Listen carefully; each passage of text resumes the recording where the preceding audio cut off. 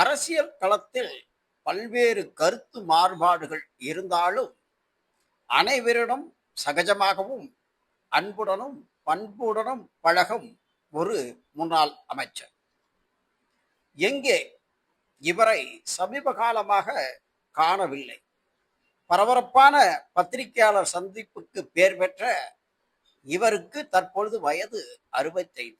முன்னாள் அமைச்சர், பச்சையப்பா கல்லூரி இளங்கலை பட்டதாரி, சட்டக்கல்லூரி வழக்கறிஞர், இப்படி பல்வேறு முகங்களை கொண்ட இவர் குத்துச்சண்டை வீரர், நன்றாக பாடுவார் என்று எல்லோராலும் அழைக்கப்பட்ட இவர் சமீப காலமாக பத்திரிகையாளர்கள் முன்போ பொதுவெளியிலோ காணவில்லை.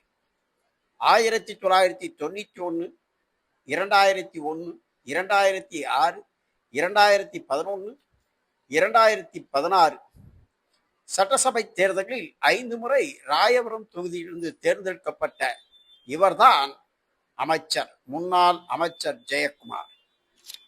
1991 ராயபுரம் தொகுதி சட்டமன்ற உறுப்பினர்.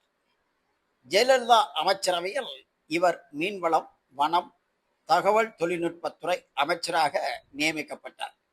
மிக சிறந்த நிர்வாகமும் ராயபுரம் தொகுதி மக்களின் அன்பும் கொண்ட இவரை மீனவர்களின் நண்பன் என்றே அழைக்கும் அளவிற்கு பிரபலம். இதை அடுத்து 2001 மீண்டும் அவருக்கு மீன்வளம். இந்த சூழலில் 2006 அடுத்து 2011 மே 27 சட்டசபையின் சபாநாயகராக செப்டம்பர் 29, 2012 வரை செயல்பட்டார். இவருக்கு சபாநாயகர் பதவி வழங்கப்பட்டதை அடுத்து அதற்கு பின்பு தனபால் அந்த பொறுப்புக்கு அழைத்து வரப்பட்டார் என்பது உண்மை. 2016 மீண்டும் ராயபுரம் தொகுதி எம்எல்ஏ. இந்த நிலையில் அவருக்கு மீண்டும் மீன்வளத்துறை வழங்கப்பட்டது. இதன் பின்பு 2016 இறுதியில் ஜெயலலிதா மறைவுக்கு பிறகு 2017 எடப்பாடி பழனிசாமி ஆட்சியில் நிதியமைச்சர் என்ற பொறுப்பை வகித்தார். தற்பொழுது 2020 தலைமை நிலைய செயலாளர், ஒருங்கிணைப்பாளர், செய்தி தொடர்பாளர் என்று பல்வேறு அவதாரங்களை எடுத்த ஜெயக்குமார் 2021 மற்றும் 2026 சட்டசபை தேர்தலில் ராயபுரம் தொகுதியில் தோல்வியடைந்தார். இந்த நிலையில் 2026 சட்டசபை தேர்தல் முடிந்த பிறகு அதிமுகவுக்கு 3வது இடம் கிடைத்த நிலையில் ஜெயக்குமாரும் ராயபுரம் தொகுதியில் 3ஆம் இடத்துக்கு தள்ளப்பட்டு டெபாசிட்டை இழந்த நிலையில் தற்பொழுது அவர் அதிமுக சம்பந்தப்பட்ட எந்த நிகழ்ச்சியிலும் கலந்து கொள்ளவில்லை.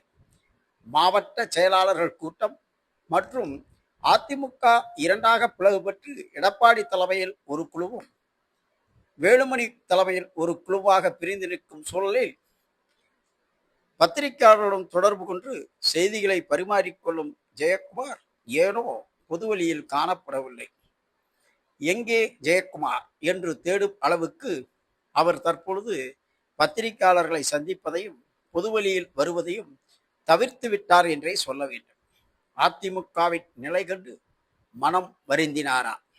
இந்த சூழல் அவருக்கு மிகப்பெரிய விரக்தியை தந்ததா என்பதை அவரை நேரில் கண்டு அவரே பதிலளித்தால் ஒழிய இதற்கு விடை கிடைப்பது மிகவும் கடினம்.